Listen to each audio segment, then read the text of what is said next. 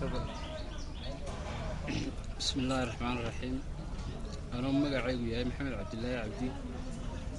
هدي أنا كهالله سؤال شيء ويديسي أو سلسلة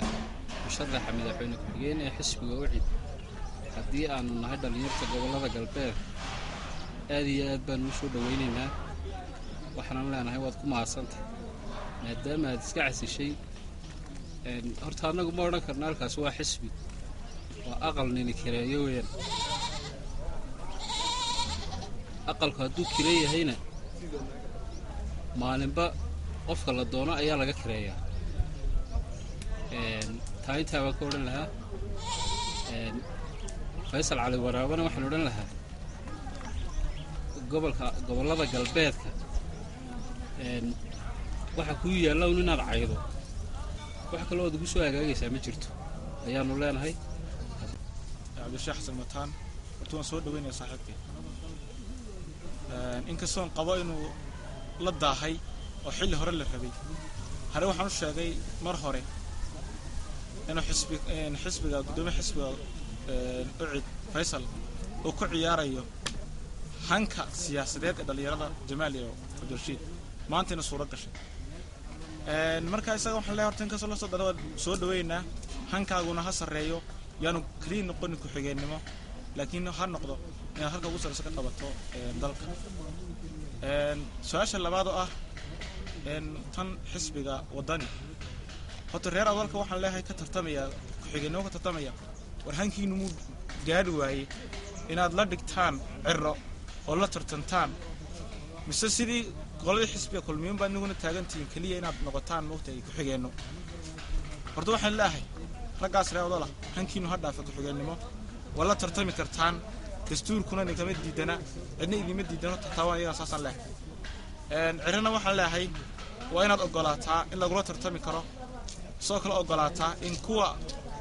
xigeenada tartamaya ay si daacada ama si cadaalad oo tartamaan oo ka shaqeyso sinaan iyo cadaaladda xisbiga hadii kale noqon ma xisbiga xisbi umada hanta hankooda iyo kaskooda iyo garashadooda wuxuu noqon doonaa mid dan ka raran hadaad maanta ka ilaalin weydo cadaalad darro dadka ilaalin waa sinaan la'aan dadka ilaalin weydo وقبض ينعد حده وبالله التوفيق والسلام عليكم ورحمة الله وبركاته.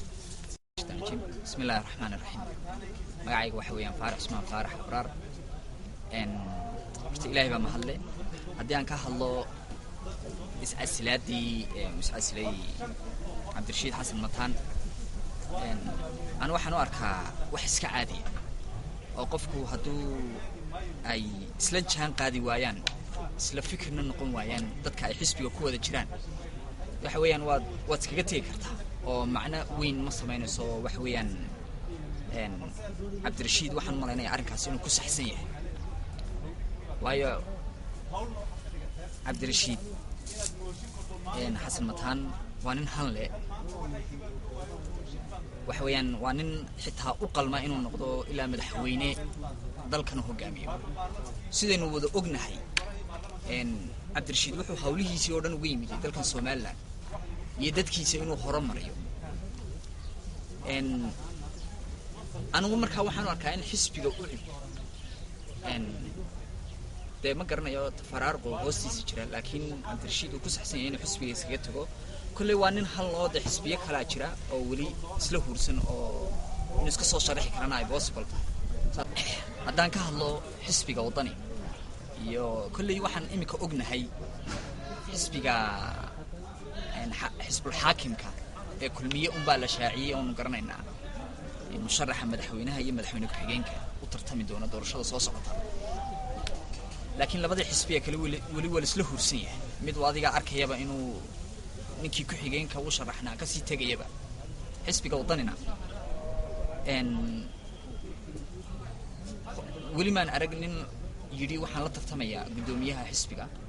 oo ah musharax baan ahay madaxweynaha laakiin waxa obino furan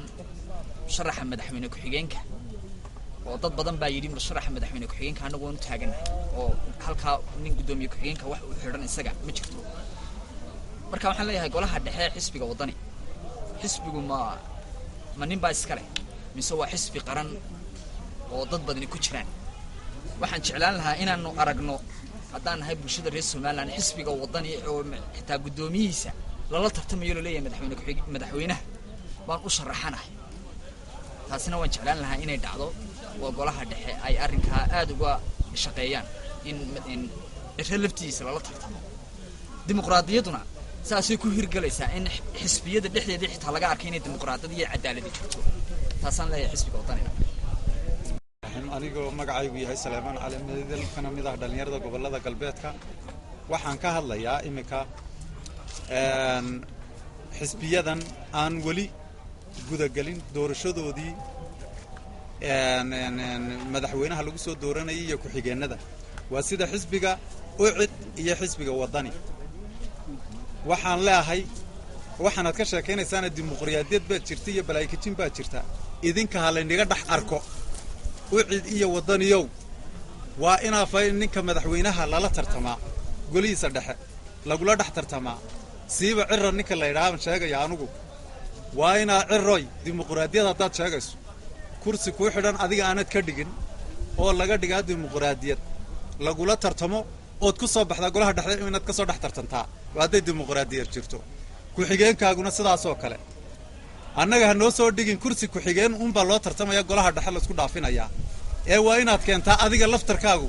dimuqraadiyadda meel ka soo gala haddaana been laysku sheegayn oonad halkii aanad marin waddanina taasaan leeha oo idna dimuqraadiyadda ka talimaan leeha haddii lagula tartami waayana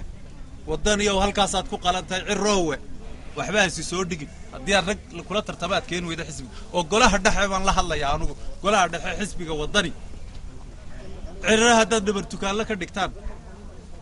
halkaasaad ku faylid garowdeena waxaad fagaaraha la imanaysaan ma jirte taa ogsoonaada waxaan halkan aad ugu soo dhawaynayaa oon leeyahay hankaagii sarreeyey waad muujisay ninkii u sharaxnaa madaxweyne ku-xigeenka xisbiga ucid cabdirashiid xasan mataan maanta guul iyo gobonnimaad ka shaqaysaan leeyahay ishursigii iyo isqaqabsigii iyo jiiqii iyo jaqaaqdii waad ka soo baxdaan leeyahay nin hanlaad noqotay waayo waxaad ku jirtay meel mugdiya islaan waxaad guri ka kiraysateen islaan waalan oo dadkii meelaha wareegaya daaqadda ka shiidaysa ayaad guri ka kiraysateen cid ku baydhana lalaayahay islaantaana bal waan eegaynaa cidda dambe gurigaa ka kiraysan doonta ee gurigaa ugu geli doonta ayaannu eegi doonnaa maanta madaxaagii cabdirashiidow fayow yahan leeh sidaasaan cabdirashiidna leehay waana ku soo dhawaynaynaa hambalya baan leeyahay go'aankaad qaadatay waa go'aan nin geesiga uu qaadan karo waana kugu soo dhawaynaynaa haddii aad gobolka noogu timaado wasalaamu calaykum waraxmatullahi wabarakatu